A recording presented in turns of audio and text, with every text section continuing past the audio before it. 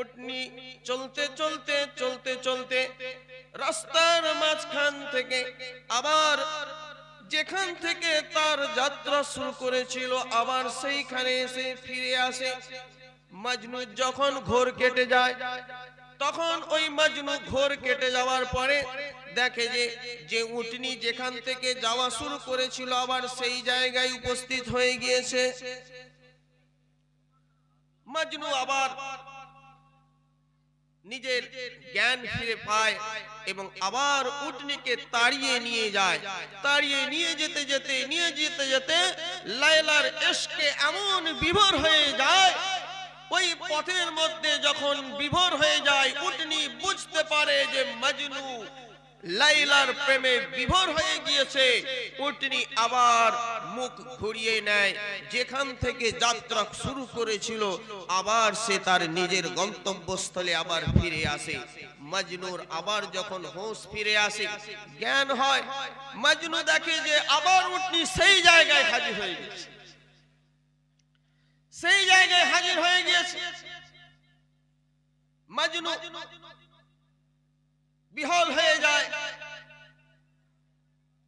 লায়লার ইশকে এমন বিভোর হয়ে যায় সে আর থাকতে পারে না। এইভাবে সে কি করে না, আবার উটকে আবার তাড়িয়ে তাড়িয়ে নিয়ে যায়। একই ভাবে আবার রাস্তার মধ্যে মজনু আবার ইশকের ঘোরে বিভোর হয়ে যায়, আবার উটনি তার গন্তব্যস্থলে আবার ফিরে আসে।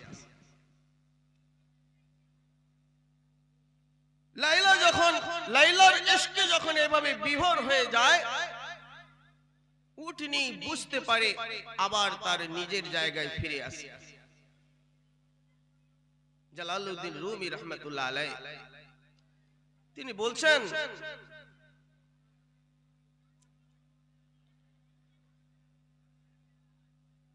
মজনুন সবি লাইলা রমানা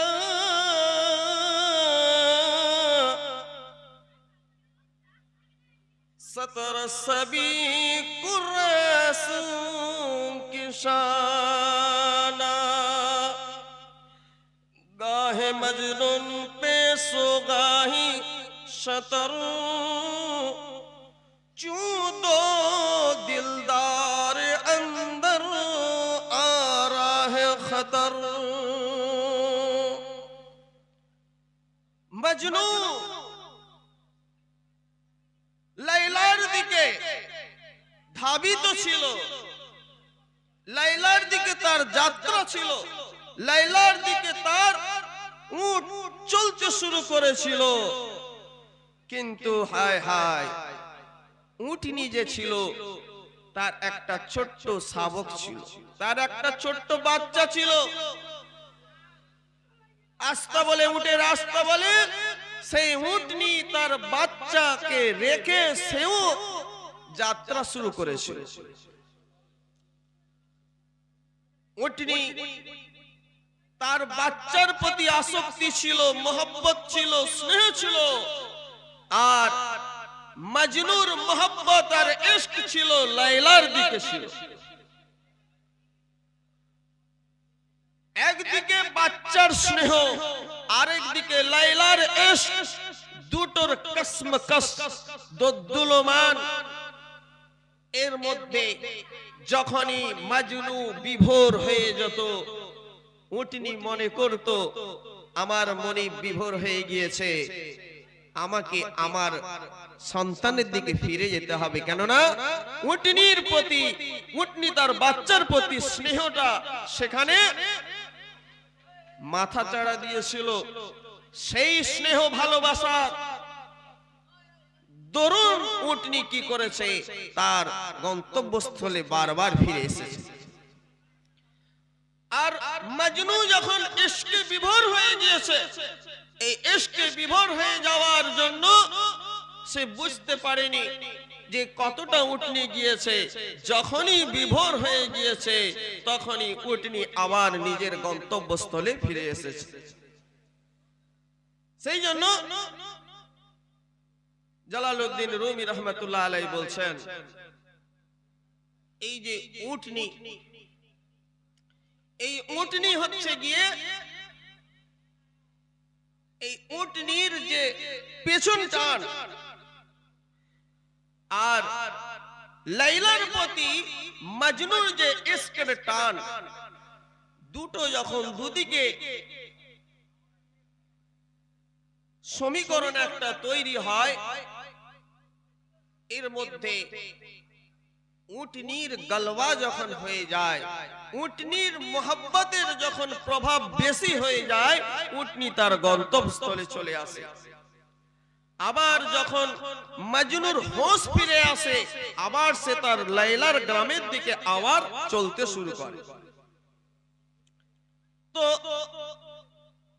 জালালউদ্দিন রুমি রহমাতুল্লাহ আলাইহি তিনি বলছেন যে ইশক মজনুন রা বেবালা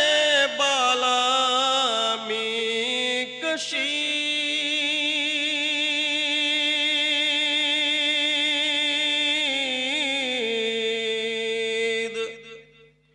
ইশক মজনুন রা বেবালা মি কশীদ,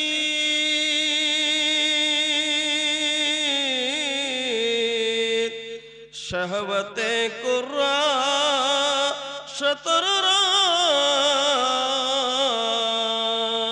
পশকশী।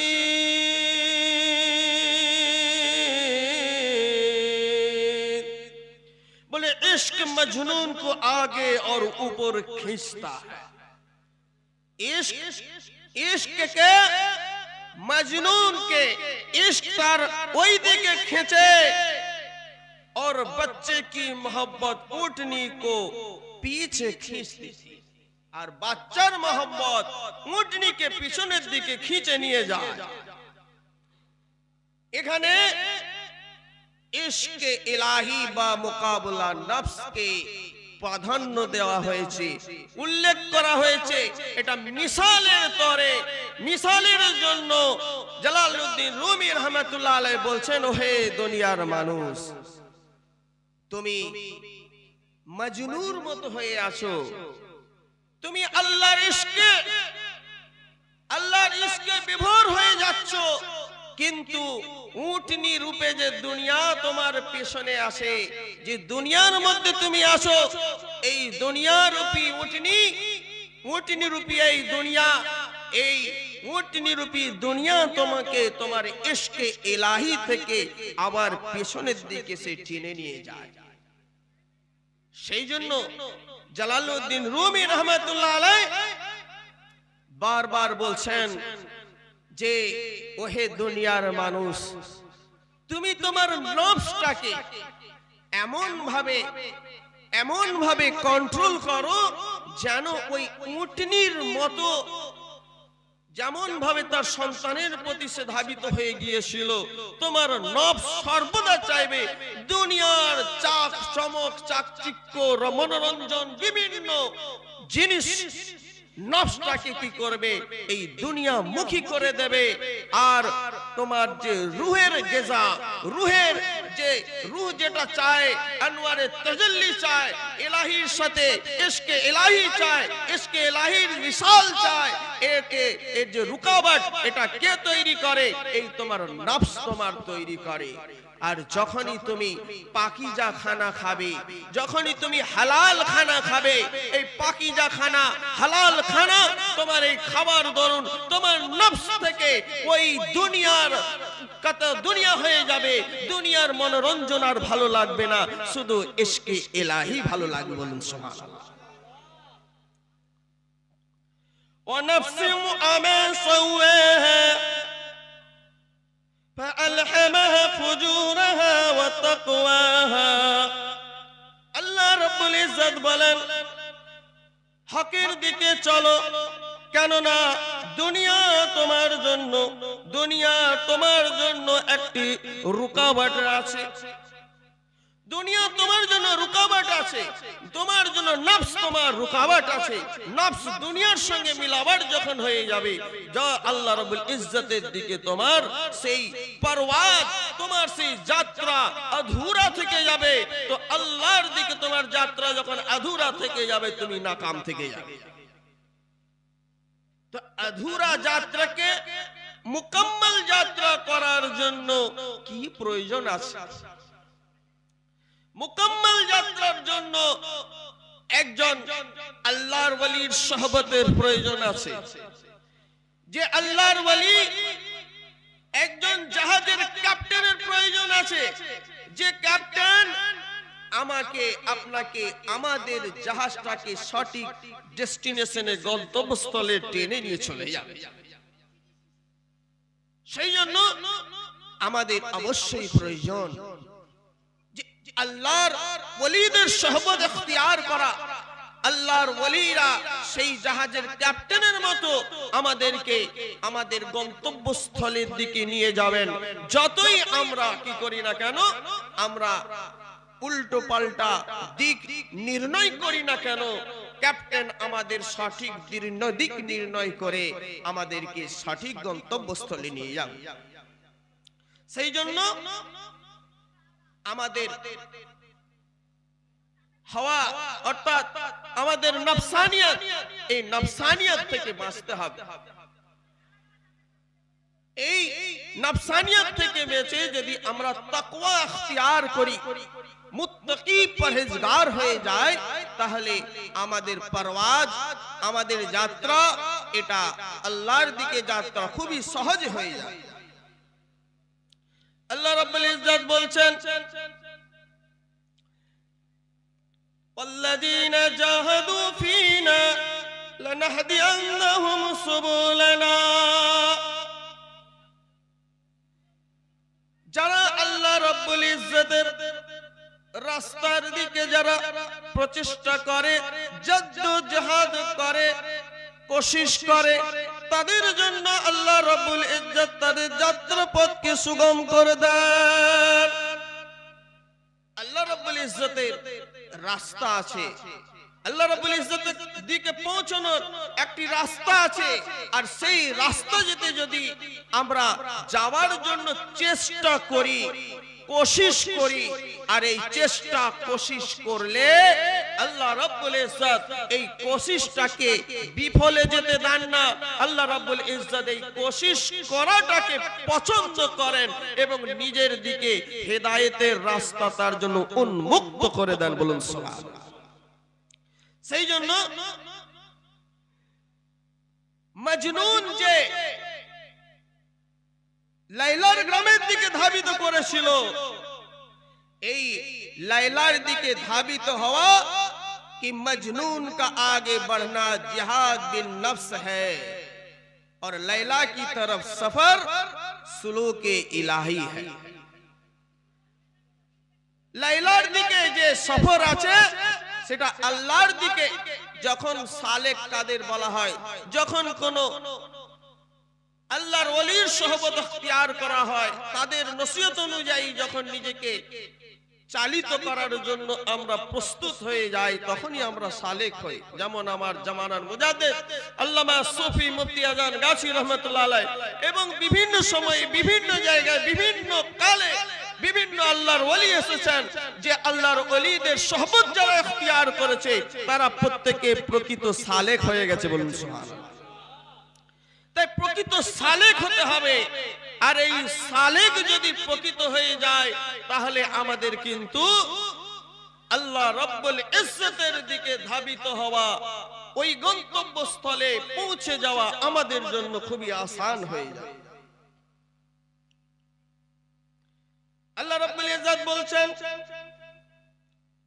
আফারাআইতা মান ইত্তাখাযা ইলাহু হাওয়া। তোমরা কি দেখো না যে তোমরা তোমাদের নফসের নফসানিয়তকে তোমরা গ্রহণ করেছো? ওহে দুনিয়ার মানুষ, তোমরা কি দেখো না আসলে তো তোমরা তোমাদের নফসানিয়ত, খায়েশাত, এগুলোকেই তোমরা অবলম্বন করেছো। আর এই নফসানিয়ত খায়সাতকে যখন তুমি অবলম্বন করবে, আর আল্লাহর যে হুকুম আছে, আল্লাহ বলছেন যে ইয়া আইয়ুহাল্লাযীনা আমানু কুলু মিম্মা ফিল আরদি হালালান তাইয়্যিবা, তুমি হালাল খাও, পাকিজা খাও, পবিত্র জিনিস খাও। আর নফসানিয়ত যখন মাথা চাড়া দেবে, তখন আমরা আর হালাল খেতে পারবো না। নফসানিয়ত যখন আমার উপর হাবি হয়ে যাবে, আমি আর হালালের দিকে যাব না। শয়তান আমাকে বাহকে এমন ভাবে আমাদেরকে বিভিন্ন ভাবে ছলে বলে কৌশলে বিপদগামী করে দেবে, আমরা তখন আর হালালের দিকে যাব না, আমরা হারামটাকেই আমাদেরকে পছন্দ হবে, আর হারাম রাস্তার দিকে আমরা ধাবিত হব। কেননা আমরা তো নফসের তাবেদারি করতে শুরু করে দিয়েছি, নফসের তাবেদারি করতে শুরু করে দিয়েছি। তাই নফসের যদি তাবেদারি করে দিই, হালাল খাওয়া আমাদের জন্য কষ্টকর হবে। আর জামানার মুজাদ্দিদ আল্লামা সুফি মুফতি আজান গাছি রহমাতুল্লাহ আলাইহি আমাদের বারবার তাকিদ করছেন, ওহে দুনিয়ার মানুষ, হালাল খাও, হালাল খাও, হালাল গ্রহণ করো। যখন তুমি হালাল গ্রহণ করবে, তোমার প্রত্যেকটা ইবাদত আল্লাহ রাব্বুল ইজ্জত বারগাহে কবুল হয়ে যাবে। এমনি এমনি তো বলে নাই, প্রত্যেকটা বলার পিছনে, প্রত্যেকটা নসিহতের পিছনে কোরআন এবং হাদিস থেকে নিয়ে মাখজ করে ওখান থেকে ওনারা বলে থাকেন। তাই আমরা নফসটাকে আমরা প্রাধান্য দিয়েছি। সেই জন্য আসল কামিয়াবি কোথায় আছে? নফসটাকে জবা করে দিতে হবে, জবা, নফসকে জবাই করে দিতে হবে। এই বলে নয়, আত্মহত্যার কথা বলা হচ্ছে না। মুতু ক্বাবলা আন তামুত, হে দুনিয়ার মানুষ, হাদিসে মোবারকায় রাসূলুল্লাহ সাল্লাল্লাহু আলাইহি ওয়াসাল্লাম কি বলছেন যে মুতু, মরে যাও, ক্বাবলা আন তামুত, মৃত্যুর আগেই তোমরা মৃত্যুবরণ করো। তার মানে এই নয় তোমার নির্ধারিত মৃত্যুর সময় তুমি আত্মহত্যা করলে জাহান্নামে যাবে। তোমরা মৃত্যুর আগে নিজের নফসটাকে মেরে দাও, নিজের খায়সাতকে মেরে দাও, নিজের শাহওয়াতকে মেরে দাও। যদি নিজের নফসানিয়ত, খায়সাত, ইরাদা, এই যে ইচ্ছা যেটা শয়তানের বশবর্তী হয়ে চালিত হয়, এটাকে যদি আমরা মেরে ফেলতে পারি, তাহলে ওই নফসকে মেরে দিলে তবে আমার দিল জিন্দা হয়ে যাবে। বলেন সুবহানাল্লাহ। জামানার মুজাদ্দিদ আল্লামা সুফি মুফতি আজান গাছি রহমাতুল্লাহ আলাইহি বারবার বলছেন, ও দুনিয়ার মানুষ, শোনো শোনো, নিজের দিল জিন্দা করো, নিজের দিল জিন্দা করো। নফসানিয়ত, খায়সাত থেকে তোমরা দূরে থাকো। আজকে দেখছেন না গোষ্ঠী গোষ্ঠীতে কোন্দল, গোষ্ঠী গোষ্ঠীতে এমন কোন্দল শুরু হয়েছে, সালাম কালাম সব বন্ধ, সালাম কালাম বন্ধ করে এক গোষ্ঠী এদিকে মুখ ফিরিয়ে বসে আছে, আরেক গোষ্ঠী ওইদিকে মুখ ফিরিয়ে বসে আছে, যদিও তাদের মূল একই। সেই জন্য এইখানে কি কাজ করছে? নফসানিয়ত কাজ করছে, আর শয়তান তাতে ইন্ধন দিচ্ছে, শয়তান সেখানে ইন্ধন দিচ্ছে। আমরা খুব মজায় আছি, ওই গোষ্ঠীর বিরুদ্ধে খুব আলোচনা করছি, ওই এই করেছে, ওই করেছে, আর এই গোষ্ঠীর বিরুদ্ধে বলছে ওই করেছে, ওই করেছে। নিজেরা খুব আনন্দে আত্মহারা হয়ে আছি। কিসের বদৌলতে? নফসানিয়ত, খায়সাত আর দুনিয়ার মধ্যে যে শাহওয়াত আছে, এইগুলো যখন একত্রিত হয়ে যায়, তখন এই গোষ্ঠী কোন্দলটা মাথা চাড়া দেয়। আর আল্লাহ রাব্বুল ইজ্জত বারবার বলছেন, ওয়াতাসিমু বিহাবলিল্লাহি জামিআ, তোমরা আল্লাহর রশিকে শক্ত করে ধরো, একত্রিত ভাবে ধরে রাখো। আর জামানার মুজাদ্দিদ সারা দুনিয়াব্যাপী তিনি ডাক দিলেন, হে দুনিয়ার মানুষ, এক হয়ে যাও।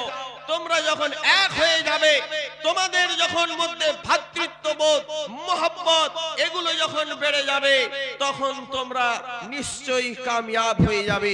আর সেই জন্য জামানার মুজাদ্দিদ আল্লামা সুফি মুফতি আজান গাছি রহমাতুল্লাহ আলাইহি একটা দোয়া শিখিয়ে দিয়েছেন, ইলাহি রহমত জানা কর तमाम আলম पर, এ আল্লাহ সমস্ত আলমের উপরে তোমার রহমতকে বৃদ্ধি করে দাও। এই দোয়া যদি আমরা সত্যিকারে দিলের অন্তরের অন্তঃস্থল থেকে আমরা যদি চাই, তাহলে আজ এই দুনিয়ার মধ্যে কোনো গোষ্ঠী কোন্দল থাকবে না, দলে দলে বিভাগ থাকবে না, সবাই আল্লাহর রশ্মি ধরে একত্রিত হয়ে যাবে। আজকে আমরা কি তাই হতে পেরেছি? নিজের নফস, নিজের জমিরে যদি একবার, নিজের গিরেবানে যদি একবার আমরা ঝেঁকে দেখি, আমরা সেই উত্তরটা কিন্তু পেয়ে যাব। আমরা কি সত্যিই কামেল মুর্শিদের মুরিদ হতে পেরেছি? কামেল মুর্শিদের মুরিদ হওয়া, কামেল মুর্শিদ বলছেন বাবা এই দরবারে আসা খুব সহজ, হ্যাঁ, কিন্তু টিকে থাকা খুব মুশকিল আছে। ভুলো না আর ভুলো না, মুর্শিদের নসিহত কি ভুলে যাবে না, আর তাকাব্বুরে ভুলে যাবে না।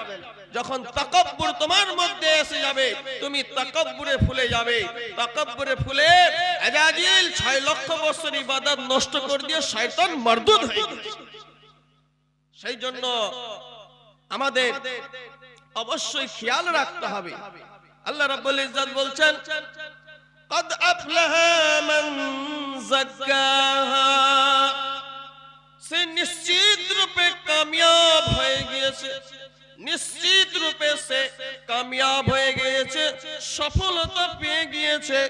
মান যাক্কাহা, যে নিজেকে সে পরিষ্কার করতে পেরেছে, যে নিজেকে পাক করতে পেরেছে, নিজের মধ্যে যত নাজাসাত ছিল সমস্ত নাজাসাত গালাজাত অপবিত্রতাকে সে দূরে সরে দিয়েছে, সে নিশ্চিত রূপে কামিয়াব হয়ে গেছে। ওয়াকাদ খাবা মান দাসাহা, ও বরবাদ হয়ে গিয়েছে। কে বরবাদ হলো?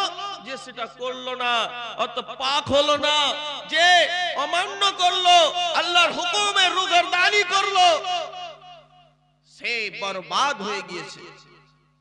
আর জামানার মুজাদ্দিদ আল্লামা সুফি মুফতি আজান গাছি রহমাতুল্লাহ আলাইহি, তিনি একজন এমন কামেল ওলি যার যদি নসিহতকে ইত্তেবা করা হয়, আল্লাহ রাসূল সাল্লাল্লাহু আলাইহি সাল্লামের হাদিসে মুবারাকার ইত্তেবা হয়ে যায়। কেননা তিনি হাদিসে মুবারাকাত থেকে কথা বলেন। ওনার যদি নসিহতের ইত্তেবা করা হয়, আল্লাহ রাব্বুল ইজ্জতের হুকুমের ইত্তেবা করা হয়, আল্লাহ রাব্বুল ইজ্জত কোরআনুল কারীমের মধ্যে ইরশাদ করেছেন, ইন কুনতুম তুহিব্বুনাল্লাহ ফাত্তাবিউনি ইউহিব্বুকুমুল্লাহ ويغفر لكم ذنوبكم والله غفور رحيم। আল্লাহ রাব্বুল ইজ্জত বলে দিলেন, ও আমার হাবিব শোনো শোনো, তোমরা উম্মতদের বলে দাও, যদি তারা আমাকে মহব্বত করতে চায়, আমাকে ভালোবাসতে চায়, ও হে আমার হাবিব, আমার রাসূল, আপনাকে যেন তারা ইত্তেবা করে। আল্লাহ রাসূলকে ইত্তেবা করতে হবে। আল্লাহ রাসূলকে ইত্তেবা করতে হলে প্রথমে তার প্রতি আমাদের মহব্বত ব্যক্ত করতে হবে, তার প্রতি ভালোবাসা জাগাতে হবে। আমরা দুনিয়ার মধ্যে যদি কোনো ব্যক্তিকে ভালোবাসি, তবেই কিন্তু আমরা তাকে রোল মডেল হিসাবে মনে করি। যেমন দুনিয়ার বিভিন্ন ভাবে বিভিন্ন সেক্টরে আমরা দেখি, কোন খেলোয়াড় এত ভালো খেলা খেলেছে, তাকে এত নওজওয়ানরা এত ভালোবেসেছে, তার হুবহু যা কিরদার, যা তার শরীরে আকার আকৃতি, সে যেটা পছন্দ করে, তার যে চুলের স্টাইল, শরীরের গঠন, আকার আকৃতি, আচার ব্যবহার, সমস্ত কিছুকে ওই নওজওয়ান কি করে, সে ফলো করতে শুরু করতে থাকে, অনুসরণ করতে শুরু করতে থাকে। কেন? তাকে খুব ভালো লেগেছে, তাকে সে মহব্বত করতে শুরু করেছে। আর যদি সে মহব্বত না করত, ওই খেলোয়াড়ের প্রতি তার যদি ভালোবাসা না থাকতো, ওই খেলোয়াড়ের প্রতি তার যদি আসক্তি না থাকতো, ওই খেলোয়াড়ের প্রতি যদি টান রগবত যদি না থাকতো তার মতো সে অনুকরণ করত না, তাকে সে ফলো করত না। সেই জন্য যদি আল্লাহ রাসূল সাল্লাল্লাহু আলাইহি সাল্লামকে ফলো করতে হয়, তার নীতি আদর্শকে নিজের জীবনের মধ্যে বাস্তবায়িত করতে হয়, আগে ওনাকে মহব্বত করতে হবে। মহব্বত করলে তবেই অনুসরণ করা যায়। প্রথমে মহব্বত, তারপরে ইতাআত। আর এই মহব্বতের শুরুয়াত কিভাবে হবে? এই ভালোবাসা, আমি যে ওনাকে রোল মডেল বানাবো, সেই রোল মডেলের শুরুয়াত কি হবে? আর এর শুরুয়াত হচ্ছে ওনার যারা ওয়ারিসগণ আছেন, ওনার যারা ওয়ারিস, নবী করিম সাল্লাল্লাহু আলাইহি ওয়াসাল্লামের ওয়ারিস কারা? আল উলামা ওয়ারাসাতুল আম্বিয়া, যারা প্রকৃত বা আমলে আলিম আছে, তারাই হচ্ছে প্রকৃত আল্লাহ নবী সাল্লাল্লাহু আলাইহি ওয়াসাল্লামের ওয়ারিস। তাই তাদের ওই ওয়ারিসগণের কাছে আমাদের যেতে হবে, তাদেরকে খুঁজতে হবে। যদি আমরা খুঁজে পাই তো আলহামদুলিল্লাহ, ওনার সঙ্গ লাভ করতে, ওনার সহবত হাসিল করতে হবে। ওনার সহবত যখন আমরা পেয়ে যাব, আমরা কামেল আল্লাহর ওলিদের যখন সহবত পেয়ে যাব, তখন আমরা তাদের প্রতি আমাদের মহব্বত বাড়বে। আর তারপরে ওনাদের মহব্বত যার প্রতি ছিল, যার প্রতি আছে, যার প্রতি হবে, তিনি হচ্ছেন মুহাম্মদে মুস্তাফা রাসূল আকরাম সাল্লাল্লাহু আলাইহি ওয়াসাল্লাম। অতঃপর ওনার মহব্বত যখন ওই দিকে, তখন ইনার সহবত ইখতিয়ার করনে ওয়ালার মহব্বতের দিক নির্দেশনা ওই দিকেই হবে। বলুন আলহামদুলিল্লাহ। আল্লাহর শুকরিয়া, এবং আল্লাহ রাব্বুল ইজ্জত আমাদেরকে সেই ইত্তেবা করার একটা সুযোগ দিয়েছেন। আজকে যেখানে আমরা এসে বসে গিয়েছি, এটা একটা সুযোগ। এই সুযোগটাকে যদি আমরা কাজে লাগাতে পারি, এই সুযোগটা কাজে লাগালে আমাদের মধ্যে আল্লাহর ওলিদের মহব্বত তাজা হয়ে যাবে। আর আল্লাহর ওলিদের মহব্বত তাজা হয়ে যাবে, ইনাদের মহব্বত যখনই তাজা হয়ে যাবে, তখনই আমাদের আল্লাহ রাসূল সাল্লাল্লাহু আলাইহি ওয়াসাল্লামের মহব্বত তাজা হয়ে যাবে। ওনার মহব্বত যখন তাজা হয়ে যাবে, তখন ওনার সুন্নতকে আমাদের জীবনে বাস্তবায়িত করা আমাদের জন্য আসান হয়ে যাবে। বলুন সুবহানাল্লাহ। আমরা তখন মহব্বত করতে শুরু করব। প্যারা হাবিব নবী করিম সাল্লাল্লাহু আলাইহি সাল্লামকে জান প্রাণ দিয়ে যখন মহব্বত করব, তখন ওনার ইতাআত করা আমাদের জন্য সহজ হয়ে যাবে, আমাদের কষ্ট হবে না। রাসূলুল্লাহ সাল্লাল্লাহু আলাইহি সাল্লামের যখন ইতাআত করে নেব, তখন ওনার ইতাআত করার সাথে সাথে আল্লাহ কি বললেন? ইন কুনতুম তুহিব্বুনাল্লাহ ফাত্তাবিউনি ইউহিব্বুকুমুল্লাহ। ওনার ইত্তেবা করার সাথে সাথে, হে বান্দা, তুমি আমার মহব্বত করলে শুরু করে দিলে। বলুন সুবহানাল্লাহ। তো আল্লাহর মহব্বত, এই মহব্বত কি রকম হওয়া দরকার? না আসাদ্দু হুব্বা লিল্লাহ, সর্বোচ্চ পর্যায়ের যদি কোনো মহব্বত থাকে, ইশকে ইলাহি, সেই ইশকে ইলাহি সর্বোচ্চ পর্যায়ের মহব্বত, এই মহব্বত করা আমাদের জন্য সুবিধা হয়ে যাবে। আমরা আল্লাহর মহব্বতের করা আমাদের জন্য আসান হয়ে যাবে। আর আমরা আল্লাহকে যখন মহব্বত করব, ইয়াগফির লাকুম যুনুবাকুম, আমাদের সমস্ত গুনাহকে এই মহব্বতের দরুন আল্লাহ রাব্বুল ইজ্জত মাফ করে দেবেন, সাফ করে দেবেন, আমরা বেগুনাহ হয়ে যাব। বলুন সুবহানাল্লাহ। তাই প্রথমে যেটা বলেছিলাম, কুল্লু বনি আদম খাত্তাউন, প্রত্যেকটা বনি আদম খাতাকার আছে, গুনাহগার আছে। আর এই গুনাহগার খাতাকার বান্দা যদি মহব্বত করে, এইভাবে আশিকে ইলাহি হয়ে যায়, এই মহব্বতের দরুন এই খাতাগুলোকে আল্লাহ মিটিয়ে দেবেন এবং তাকে পাক করে দেবেন। সে কদ আফলাহা, সে অবশ্যই ফলাহ পেয়ে যাবে। তাই আল্লাহ কি বলেছেন? কদ আফলাহা মান যাক্কাহা, যে নিজেকে পাক করতে পেরেছে সেই তো কামিয়াব হয়ে গেছে। তাহলে আমরা পাক করব, পাক করাই আমাদের উদ্দেশ্য হবে। আর যদি পাক না করতে পারি, তখন কিন্তু আমাদের নফস কি করবে? নফসে সু, যে নফস সব সময় আমাদের দুনিয়ার সমস্ত খারাপ কাজের দিকে কি করে? আমাদেরকে আহ্বান জানায়। কেন? আল্লাহ রাব্বুল ইজ্জত কোরআনুল কারীমের মধ্যে তাই তো বলেছেন, ইন্নামা ইয়া'মুরুকুম বিস-সূই ওয়াল ফাহশা, নিশ্চয় নিশ্চয় শয়তান মারদুদ